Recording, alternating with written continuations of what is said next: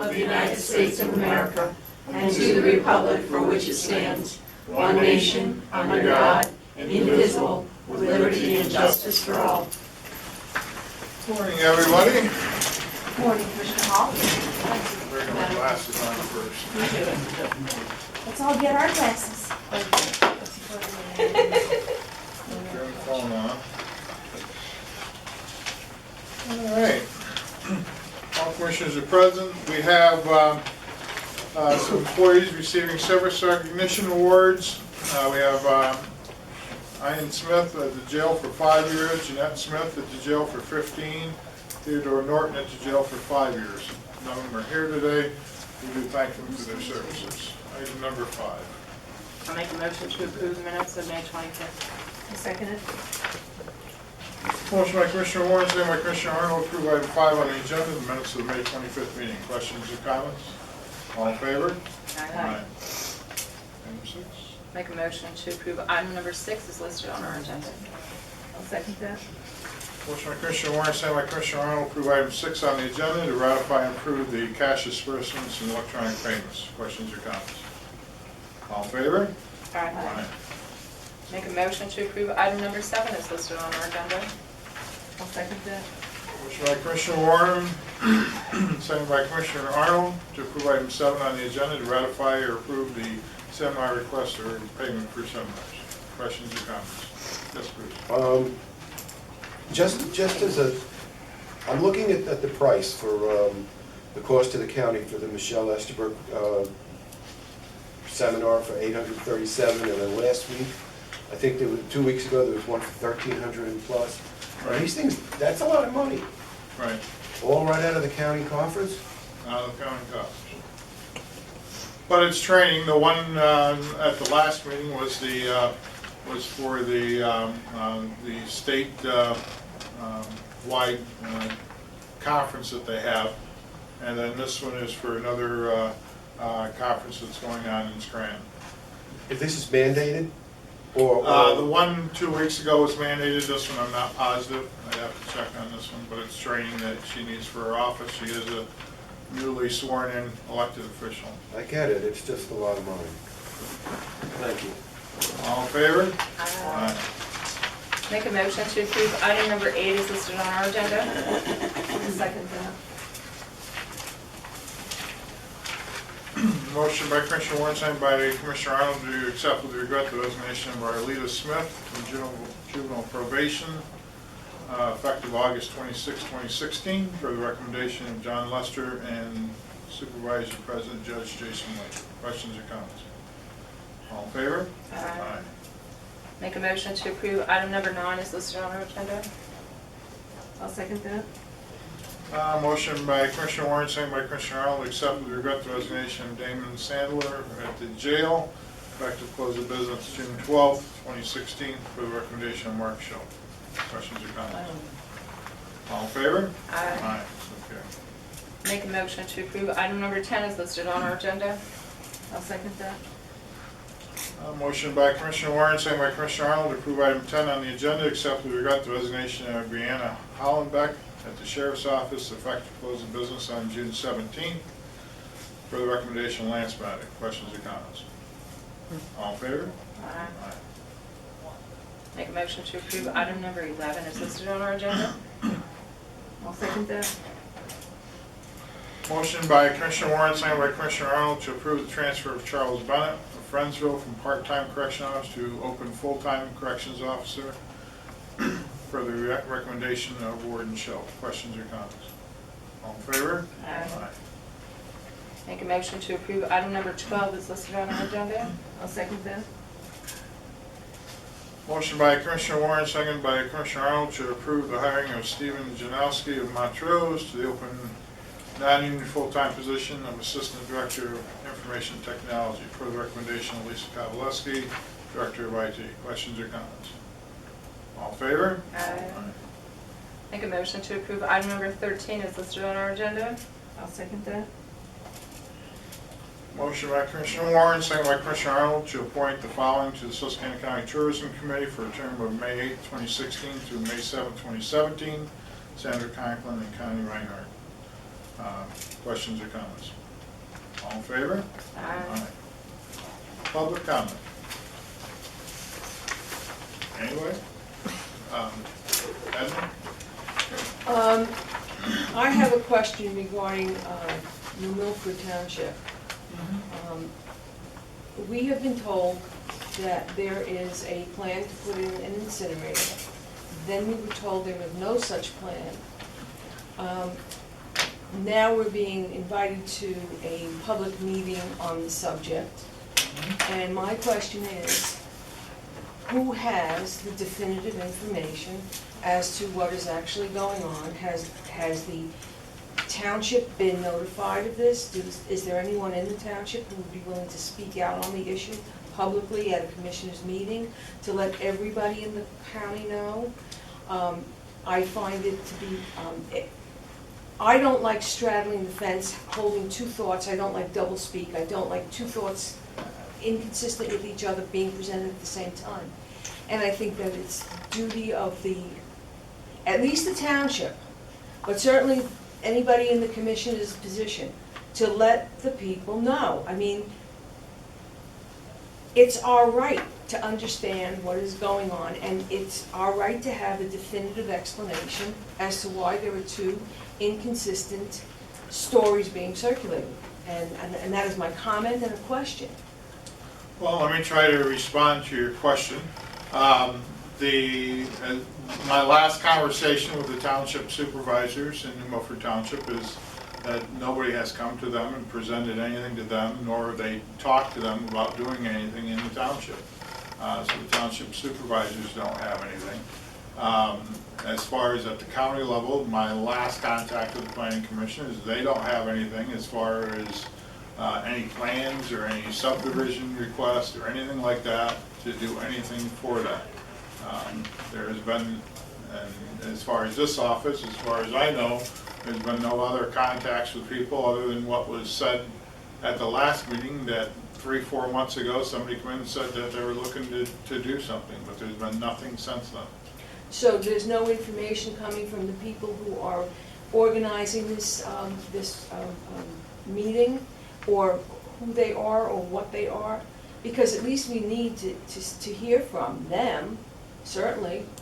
And maybe they in concert with a meeting with the town supervisors would be very helpful. Well, I don't know what information they have. You know, I haven't gotten a contact from any of them saying, you know, this is the information we have about what's going on. So the only thing I know of is that I saw that there was some type of meeting going on June 14th or something like that in New Milford. That's the only thing I know of. Okay, thank you. Any other questions or comments? Vera? I'd like to say also and announce that the Shaker property, we found out, is in contract for sale. It's about 100 acres, and it's near the Gibson exit. So that's the property that we understand Benny Diaz has listed, and some people have been showing around, possibly the Tyler Corners Group. And this is the site for the possible incinerator. So the meeting that's going on next Tuesday, June 14th, in New Milford on Pratt Street at the United, we have flyers, and they're going to be going out in the newspaper at the United Methodist Church, 69 Pratt Street, at 7 o'clock Tuesday night. And there's going to be a visiting attorney discussing what can be done for citizens and townships to protect themselves, either having some kind of a town ordinance, and what can be done to either keep ourselves, safe from the toxins. All incinerators do emit toxins, and there's a whole group that's investigating that right now. So I was wondering too, from Mary Ann, since you live in New Milford Borough, I believe, how do you feel about a possible incinerator coming into New Milford Township, and what do you know about it? I know absolutely nothing about it. I haven't been in any of the meetings. There was an initial meeting, I think, last May.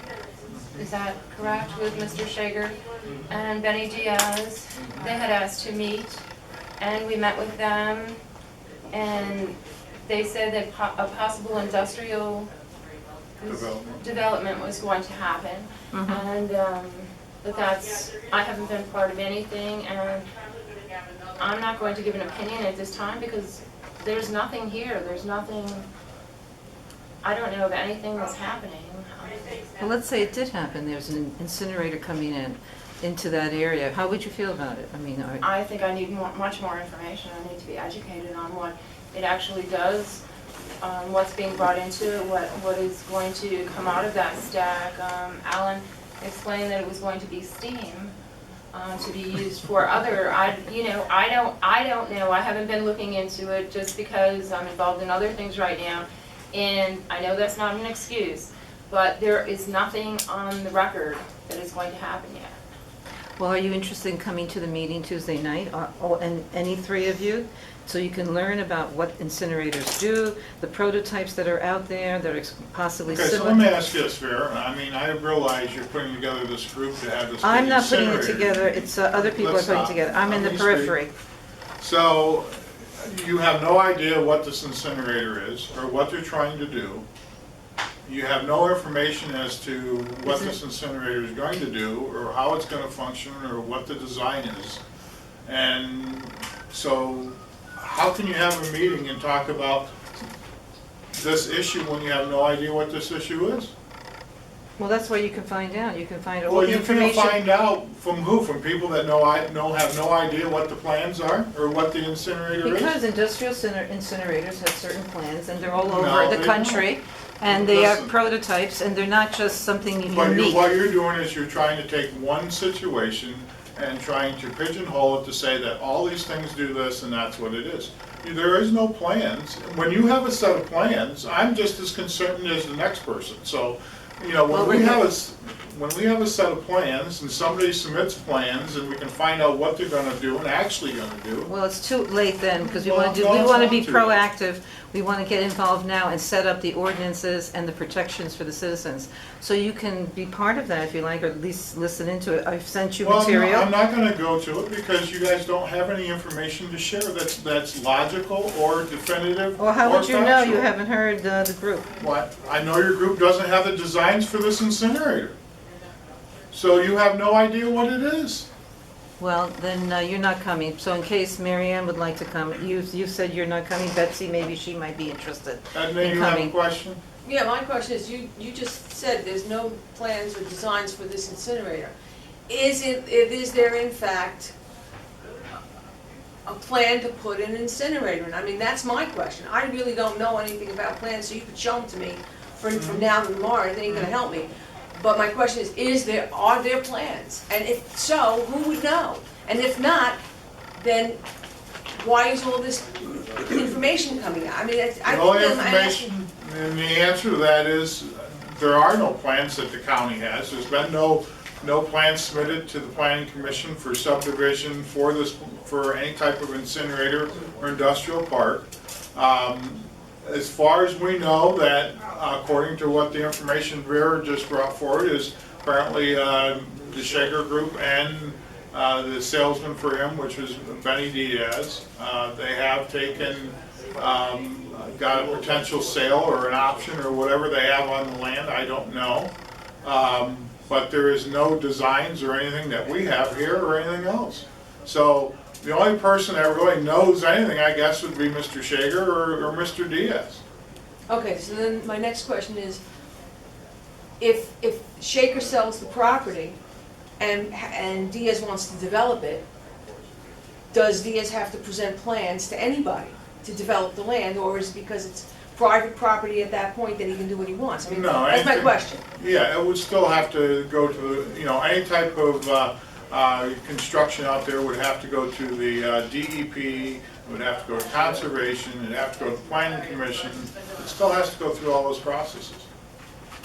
There'd also have to be roads in there to allow all these Oh, people. yeah, and then you have to look at, whether if it's a state road, it's gotta go through PennDOT for an HOP, there's all kinds of things. And right now, I don't know of anything that's going on with any of that. I would think at this point it's rather simple. If you're gonna be putting in a huge industrial incinerator or any kind of incinerator, I don't think you have to do that much research. It has to meet certain parameters, so whatever those parameters are, it's not gonna happen unless they meet those requirements. Right. So, I'm thinking of 100 acres of rural property It's about 100. that may or may not be a terminal for the end product of refuse and or industrial waste, et cetera. That's gonna be, in any way, shape, or form, not exactly a plus for the county, in my Well, opinion. I think what the Because it's not gonna information I generate, have. it's not gonna generate any money other than tax revenue. It's not gonna Well, generate again- any money for anybody here. Well, again, that is presumption and conjecture, because the only information we had is that and I think they said the incinerator project itself was only like 4 acres or something like that the rest of the area was being used for industrial development for other businesses as a corporate park. With all due respect, this economy is flat dead. I don't think people are gonna be getting off 81 and going, or whatever road goes in there to go shopping. I really Well, don't. no, not a retail. We're talking a corporate park, which is businesses. What kind of businesses? Well, I don't know. I know what they were talking about. They were trying to develop that land to make a corporate park. Pie in the sky. In my opinion, I would hope it would be manufacturing. Again, the economy is flat on its back. And Well, until the election, and probably after the election, unless there's a huge turnaround, Sears is going out, Penny's is going out. I don't see anything. Well, in retail, yes, but you also take a look at, there's a huge manufacturing facility going out by Volcraft out in, by Chemung, New York right now, which is making cans. And they're going in out there and it's creating a lot of jobs and a lot of opportunities. So there are other businesses and there are several businesses that are offshore that are trying to get back onshore now to do more manufacturing onshore and less offshore. Where'd you hear that? The study that was done to come out of Harrisburg. So they're gonna reduce the corporate tax enough for folks to come back Well, to the that's one of mainland? the pushes that we've got right now, is trying to reduce that corporate tax in Pennsylvania. The way that certain parts of Pennsylvania gets around it is that, if you're down in York or Harrisburg area, they have huge tax incentives and they do huge tax credits to the corporations to get them into those areas. Just didn't work for New York. Well, it's working for Pennsylvania because there are businesses going in down there. So, that's the most that I know. Like I said, whether there is one or isn't one, I have no idea. No one has, other than that conversation that happened months ago, there's been nothing since. So, There's something, we just don't know what it is. well, there could be or couldn't be. I mean, it's like, I know that we met with Shager. Shager would like to develop that property into a business park and bring businesses in and manufacturing jobs and opportunities for our local people to be able to get employed here and not have to move away and get a job someplace else. What's going on behind the recycling plant? Is that for businesses or to keep all the machinery there or what? That whole area?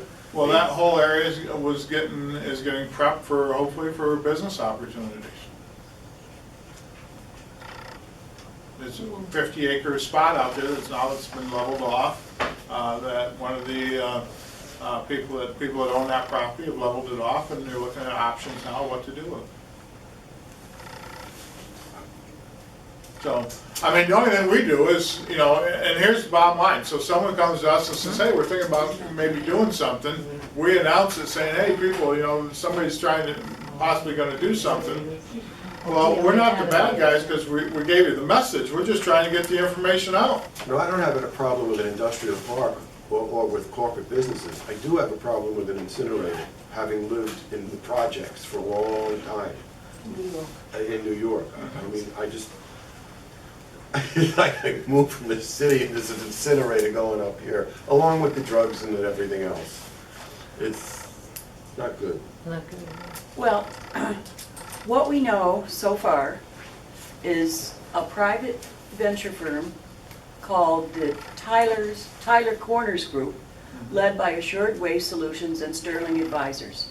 They are wanting to build the industrial hazardous waste incinerator in New Milford Township. And I'm not quite sure how it's all gonna fall together, but the other partner is known as Tunnel Hills Partners. And if you go onto their website, you will see a variety of products that they incinerate,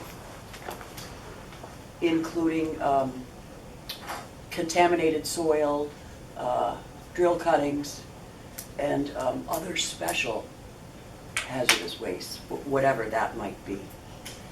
And what comes out of those incinerators is more than steam. The EPA listed a finding of violation in that the other similar incineration in East Liverpool, Ohio, a poor community, that they had this incinerator, and the notice of violations, several pages long. And suffice it to say that that area is riddled with cancer clusters, among other things.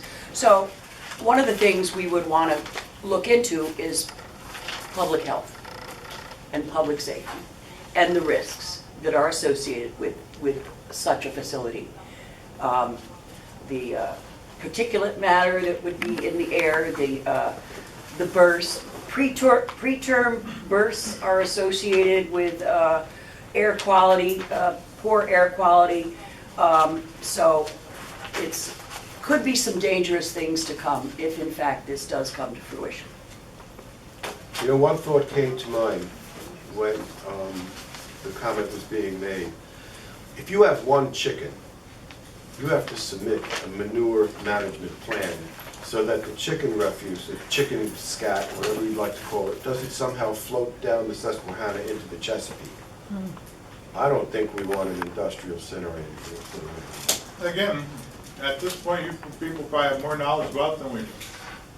So, You know what? there's nobody coming to our door saying this is what we're doing. Well, as long as we have plenty of time, from Man La Mancha, Don Quixote, whether the rock hits the pitcher or the pitcher hits the rock, it's bad for the pitcher.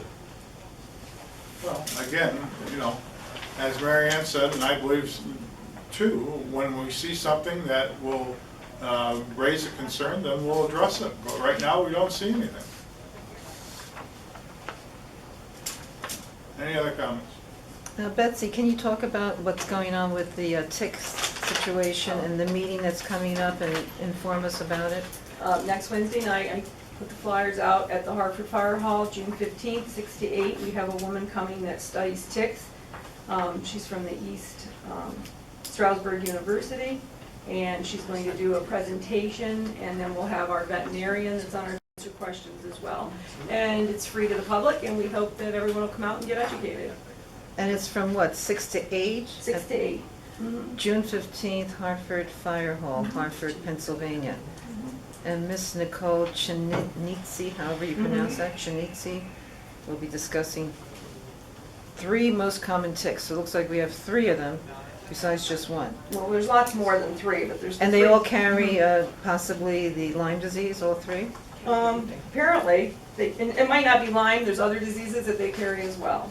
So she's going to talk about all that. All right, thank you. Thank you. Any And other also, questions? I'd like to announce that there was a good letter to the editor in the Independent this week by Andy Chichura, and he was the former superintendent, retired from Mountain View Schools, and he was discussing the alarming rate of tax increase for the school district of 3.9%, which is above the Pennsylvania state index maximum for school taxes, and that despite all the gas drilling in our wonderful county, it didn't save Mountain View. They have to raise the taxes more than ever on the school district, and he was asking them to please conserve. They've gone through their whole savings of $6 million just about, and the royalties are crashing, so they're not getting any help from the royalties. So he's asking folks to come to the meeting, next Mountain View School District meeting, and see what can be done to conserve their budget expenditures so that they can't keep spending more and more and the income that's coming in is less and less. So it's a very long letter to the editor. I thought it was excellent, and other districts are also raising their school taxes despite 8 years of gas drilling in our county, so we haven't been saved by the gas industry. Okay, well, the problems of school districts has nothing to do with the gas industry. So let's clarify that first. And when you talk to Dr. Chinchilla, ask him what his pension is and how much money he's receiving a year that we're paying for, and how many years he's gonna collect that for. And at the same time, the other issue that combines with that is the money that's being taken out of the brick and mortar schools and sent to the cyber charter schools, and that revenue stream is being gone. On top of that, compile that with the increase or the inability of the state legislators to deal with the pension crisis in Pennsylvania, because now it's $64 billion, the pension crisis in Pennsylvania. Now, when you take a look at that, you'd say, okay, well, they need a plan. So their plan right now in the next budget is the ARC, and the ARC basically is just to put enough in to keep the thing funded and try and make it grow a little bit. The ARC is calling for $2.5 billion to be put into it, but yet the budget's only putting in 1.6. So your budget already and your plan is to continue to have the pension fund get in a bigger problem. So what they've done is, and the pension fund works in a three-pronged situation. It works with the employees putting so much money in, the school district putting so much money in, which is the taxpayers, and then the state putting so much money in, which is the taxpayers. So it used to be back in year 1990, I think it was 1990, 1991, both pension funds were 135% funded. There wasn't any problem. But the wonderful legislators decided they needed an increase in their pension fund. So they increased the payout. So instead of getting 70% of their highest last 3 years for a pension payout, they now get 87.5%. Now, you'd think 87.5% is a pretty decent number. Of course, they get it the rest of their lives. And if you tie that in with their Social Security, when they come and collect Social Security, they're now eligible to give between 115 to 125% of what they were making when they were working as being retired, which is not a bad gig. On top of that, you go to a year later, and they decided, well, that wasn't good enough. We need to do something more. Let's have a COLA increase. So they did a COLA increase that they had no money budgeted for. So then, to make it even worse, they decide that's not good enough. Let's do one more thing. Let's go to the third year, and we'll take and stop putting money into the pension fund, because we want to take the state share and be able to use that for other projects and do other things. So we won't fund the pension for 2 or 3 years and put no money into it. And they did that. Well, then as all this catches up, because it takes a few years for things to catch up, it catches up, and now the pension fund starts going the wrong way. Well, there's nobody down there that wants to say, hey, let's vote on cutting my pension, or let's vote on doing something to my pension. So it keeps getting worse, keeps getting worse, keeps getting worse. So the school districts used to put in like 4% of what the payroll was into the pension fund. Well, now they're putting like 28 to 32% of what the payroll is into the pension fund that the taxpayers have to pay locally. So that big increase in debt that the school district has each year has an effect on their revenue streams coming into their school districts. So the only thing they can do is that increased expense they have to raise taxes to take and pay for that increased expense. School districts only get revenue from 3 places: federal, state, and local. The federal share is like nothing, 1%, 2% at most. Balance comes from the state and comes from the local. When the state says we're going to increase your expenses but not give you any more money, well, there's only one place left to get it, and that's locally. Of course, if you also take a look, you look at the salary increases they just did in the last contract at Mountain View too. That was a big issue. So it's great to sit back and as a superintendent or as teachers and whine and say, listen, this isn't fair. We need more money. We want more money, but it has an effect on the local people because all of us are paying for that. Our school taxes are totally out of control and always have been out of control. And there is no light at the end of the tunnel with the legislature on how to fix it. So what, yeah, go ahead. As part of his cost cutting, would he take a reduction in his pension? Well, that'd be the first thing I'd ask him. Take a cut in your pension to help reduce the cost? By about half would be good. So you've got an individual, and just so you know, I know Dr. Chinchilla very well because he was a teacher first. and then he became a superintendent. He was a superintendent at Blue Ridge for a while, and he was a principal at Blue Ridge for a while, and then he went to Mountain View. He's probably retired 3 times and went back in again as a superintendent. All of this giving nice kicks to the pension fund and doing wonderful things. So then your suggestion is to possibly have a cut across the board of all the pensions and salaries of the teachers? Well, the And first so thing to you make can't up the do- difference between 4% and 28% that was funded by the state? Well, the first thing you gotta do is understand that there's a constitution in the state of Pennsylvania which forbids you from going in and cutting anybody's pension that's already collected. That's already collected, but the Right. ones So- who haven't so here's- collected. So here's the steps that you could take in place. You know, the first step you could do is to take and go down to the state and say, okay, it's time for your people to be responsible, start funding at least the ARC that needs to go into the pension fund.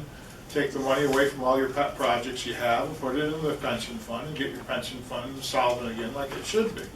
Second thing you do is you stop this little game that they play. You know, it's played by all different organizations at the state where their pensions based on the highest salary of their last 3 years. So what most of them do in their last 3 years, if they're allowed to work overtime, is they'll go out and work a tremendous amount of overtime to get this huge increase in their salary, so that it gives them a huge bump in their benefits. Well, your pension should be based on your base salary. It shouldn't be based on all of the per diems and all the extras you can get on top of it. So if you do that, that'll have a huge reduction in future costs and have a savings there. And what's the starting salary, do you know, for a teacher going in? Well, it depends on where they are. I mean, some of them are 38,000, and if you get down toward, you know, Bucks County, Philadelphia, I'm talking it's about our, I'm 70, talking 80. about our county, you know, where we live. What's the starting salary, the average, would you say, Depending, I think the lowest school in the area is like 40,000 now. for starting for a teacher? Yeah. And that's just with, they have to have a master's to get that, or just a, Undergrad. just an undergrad, a Undergrad, BS, that's or it. BA, Yep, and their certifications. and their certifications? Yeah. So, yeah, I understand Dr. Chinchur, he's made all his money off the taxpayers, now he's concerned he's gotta pay it in taxes. You know, if a country did what you were saying, pretty soon they'd be 20 trillion in debt with 300 trillion in unfunded liabilities. But you could just print money, so we don't have to worry. Well, exactly. I know, so why don't we do that? We can do that as a county, print money, since our federal government does it. I think that's called forgery. I know, for us it's forgery, but It for works, them, it works for the feds, but the feds, it's legal. for now. Anything else? Yes. I also wanted to mention, you know, from, you know, the Northern Tier Regional Planning Development Commission and the State of the Region report, there's a whole report, the demographic data, and I did call Rachel Hauser, and the Susquehanna County data shows for the labor analysis, we have the top 10, let's see, maybe 10 or 12 industries in our county, and gas drilling is under mining, according to Rachel, hunting, fishing, forestry, and agriculture is lumped into one category, and that accounts for only 7.2% of the total of the labor force activity in our county, out of 100%. And the greatest number is held 20.9%. Hospitals and schools. Education, health, and social services. They're the biggest employer. So I just want to state that with all the information and that we get from the gas industry and others who support it, the gas industry is less than 7.2% involved in our county. And meanwhile, they promote themselves like they're the biggest thing here in the county, some kind of a big employer, big moneymaker. And this is as of 2014, before the crash of gas prices. So now they're even less than that. And they're part of 7.2%, which they haven't broken that down. So I'm going to ask, I've been asking them, I left a message for Ethan Sexton, who are compiling this data, can they break it down even further and not just lump them in together with agriculture, forestry, and fishing and hunting. So I think that's an interesting point to know that this is a very low influence for this industry. So why do we promote it so much? In the top 50 industries that are listed, 50 businesses in our county, 50 employers, they're saying, Cabot Oil and Gas is number 14 out of the 50, and that's the only gas company, drilling company mentioned in all of the 50. So we have all these other companies that are providing jobs, and we need to promote something other than gas in our county and see if we can promote a lot more, bring into the county some alternative energies and promote that, and industry that doesn't pollute, either food production, maybe a chocolate factory, anything else that doesn't pollute, especially not in. The chocolate factory that's in Mexico, so. Well, see Yeah, if we there's one in can, the basement of my building. there's one near Stacy. Well, the So- thing that you should be picking up from that report, the alarming part about that report is it echoes the problems that we have in Susquehanna County, which is the lack of sustainable jobs for kids that are graduating from high school. You know, in 2 weeks, there'll be over 600 kids graduating from high school in our areas, from our school districts, with no opportunities except to either go on public assistance or to take and go in the Army or the military or to move away. And, you know, that the only jobs that we have here that are the top ones are the ones that the taxpayers are paying for, which is your public education and the social services. And healthcare. Well, healthcare is there, but healthcare is a small portion of it. Let me ask you a question. Let's project into the future, and you have this industrial park behind the recycling, and maybe an industrial park over by in New Milford. Can the commissioners and/or people you know exert some kind of influence to try to hire qualified graduates from Susquehanna County to work in there? Well, we would always. Not strong arm, but Yeah, we would always promote to try and hire local people for the jobs that are in our areas. Absolutely. You know, and the idea is that, you know, trying to get businesses here that are, you know, good for the community and good for, you know, our social environment here. Trying to get businesses here that people can take and, you know, make an affordable wage and support a family and be able to live here and not have an issue. And that's actually where the Career and Technology Center does actually an amazing job Right. responding to the job market, the opportunities, and what is growing. Like they're constantly revamping and revitalizing their programs to answer demands. We are in the trying to industry. see what we can do to try and promote trying to get businesses here that, you know, use tool and die work, because we have a lot of people in this area that are tool and die makers. There's a lot of them that, a lot of Our people. jobs are hiring. Yeah, a but lot of they're them in have, New York. you know, lathes and milling machines in their garages and basements, and, you know, there's all kinds of opportunities there, so. And Golis is hiring also. Golis is hiring also, so trying to promote those types of things and, you know, those types of jobs. We have New York companies coming down to Trehab-sponsored job fairs because it is such a close commute. It is, it's a close commute, within a half hour for half of the county at least. And also on this list of labor analysis, it says manufacturing is 14.4% of the labor force. So manufacturing is stronger than even agriculture, mining, or forestry. So it's in the top part of this whole analysis. And what is our unemployment rate at this point? Does anybody know? Well, you can use whatever number you want. The unemployment rate is never a reasonable or an accurate number anyway. Right. The unemployment rate's only the number of people that are actually receiving benefits at this time. It doesn't include the number of people that have run out of benefits that still can't find work, and it doesn't include the number of people, or exclude the number of people that are collecting that don't want to work. So, But it hasn't increased in any kind of appreciable manner, has it, in the past 3 years, let's say? 5 years? I couldn't tell you for sure.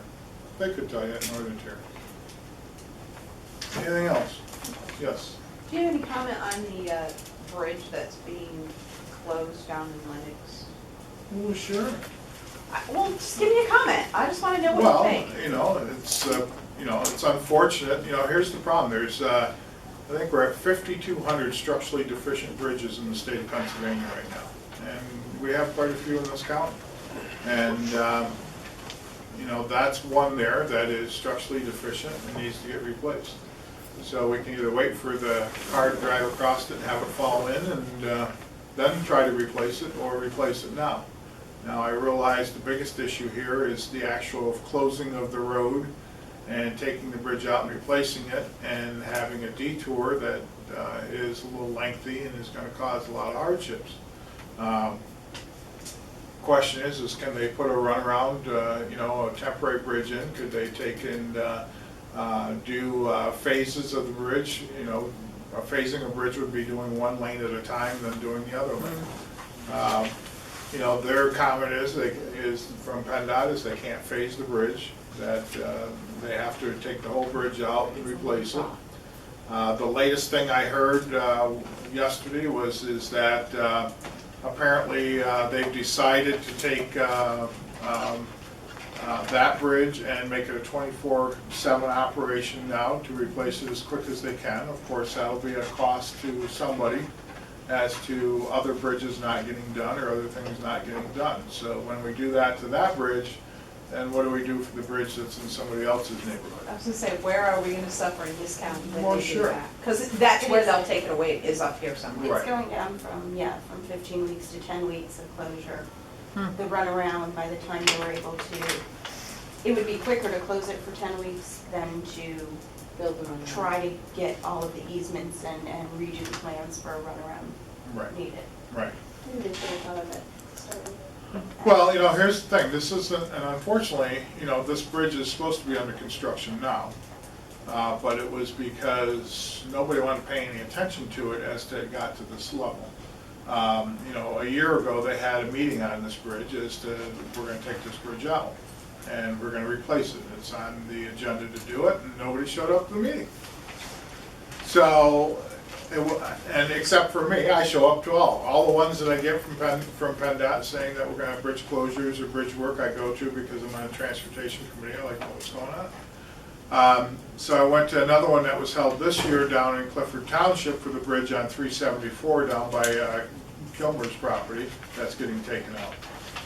And as they were discussing taking that one out, and of course none of the Lennox Township people were there. It was emergency services, but no township supervisors showed up to the meeting, even for that one. And so as we sat there, I said, are you gonna make sure you get the one up on 106 put back in before you close the one on 374? Because if you don't, then the detour is gonna be going down into Nicholson and going to Clark Summit to get back on 81, because your detour now is going down 92 and up 374.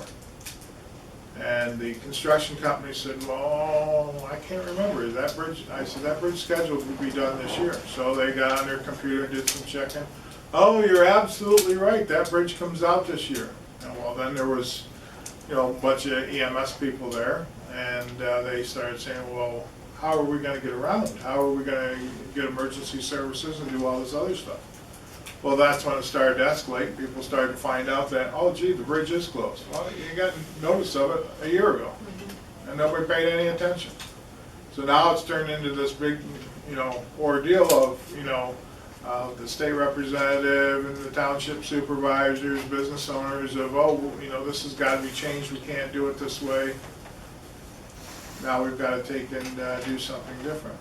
Now, if we can do something different there, then why can't we do something different every place? Because the one down here on 706 going out of Montrose, the plan on that one is to close that one, and your detour is going to go down into Fairdale and over to 29 and up.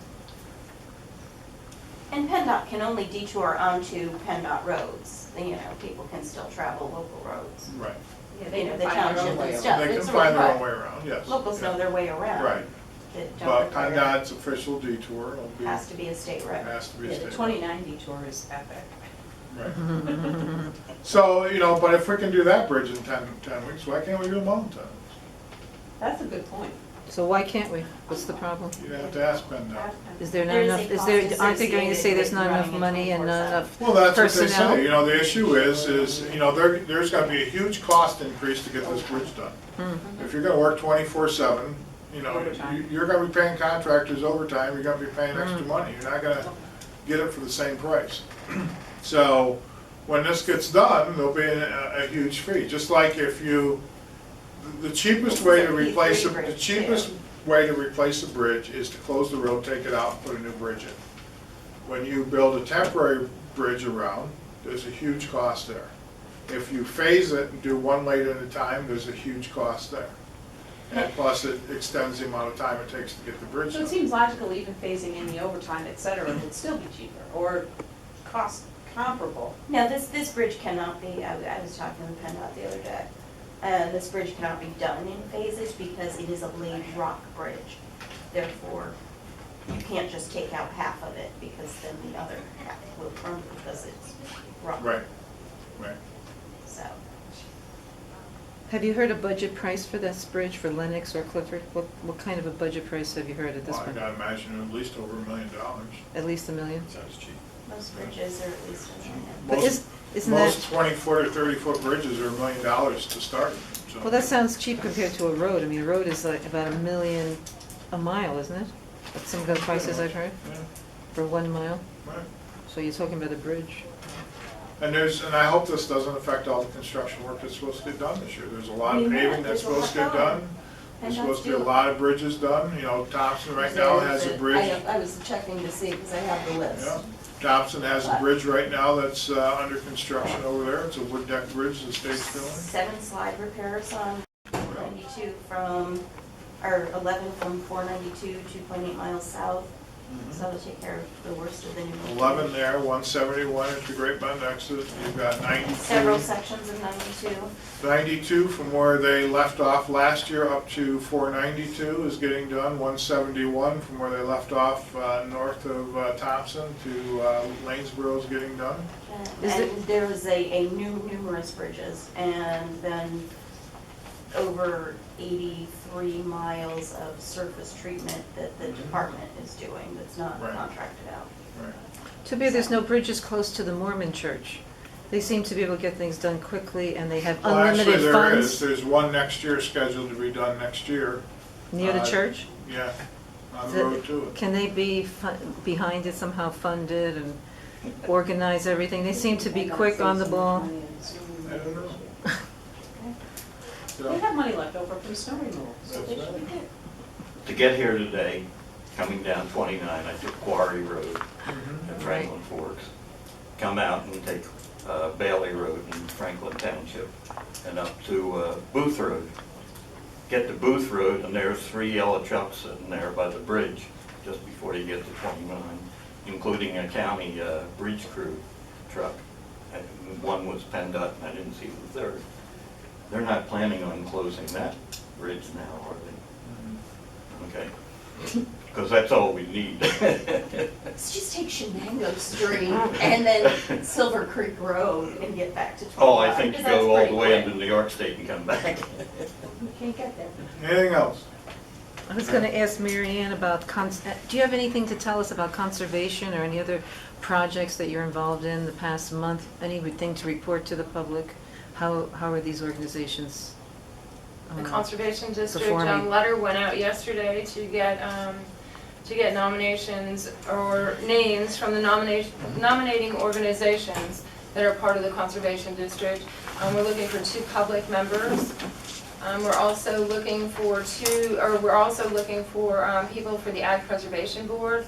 If you know of anyone that might be interested, please contact me. We need township supervisor or borough council person. We need contractors. There's specifications as to what types of people, at-large people and farmers. What are your concerns at this point for the county in these organizations? Do they have any concerns or projects that they're focused on that you can tell us about? Conservation and agriculture? Nothing that I know of at the moment. They work closely with NRCS, although a comment. NRCS is what? NRCS is the Natural Resource Conservation Service out of the USDA. It was brought to my attention and some other people that comment was made that USDA and NRCS and the Conservation District were not working together. So I'm still waiting on that to see, because all of the Growing Greener grants and things like that go through the Conservation District and NRCS. Are there any concerns about, egg or nitrate pollution and the controls on that? I mean, Well, is everything? there's always concerns, but people have to report them. There has to be, there has to be reports. And what I'm told is before anything can be done, it has to go through the Farm Bureau liaison and then to DEP. The Conservation District cannot intervene without the liaison from the Farm Bureau contacting them first, which was the first time I've ever heard that in the 12 years I've been on the Conservation District. And how is the sedimentation in our waterways and lakes and streams and creeks? Any concerns about that since all of the pipeline construction and tree cutting and? I think it's much better here. I mean, they're concerned about the Chesapeake Bay, but up here, I think we're fine. I think once it gets to the south is where the concerns are. I don't think that we're in trouble up here, even though they say that we're contributors too. Okay. So I have a motion to On the Conservation District, I had heard it was a farmer position and a public position. You said they're both public? it's two public positions. Okay. It means it can be just public citizens? What does public mean? Yes, They you don't- can't be a farmer. You can't be a farmer? No, you You can be a farmer? can be a farmer, I believe, to serve the public position. But the farmer position can only be a farmer, as far as I know. There's regulations on it that make Yeah. it, so it's best that you're not. Your income has to come. Yeah, because you want to balance. Because of where your income comes from. If you were a teacher and you're collecting a large pension, and you have more money coming from that pension than the 24 beef cows that you have on your farm, then you're considered public, is what my I can understanding think of is. somebody that fits that description. Okay, can I get a motion? Motion to adjourn. I second that. All in favor? Aye. We are adjourned. Get Mr. Price. Okay, there you go. Mr. Price? Yeah. He's already been asked. He's too busy right now, but he's pretty sweating on when he's.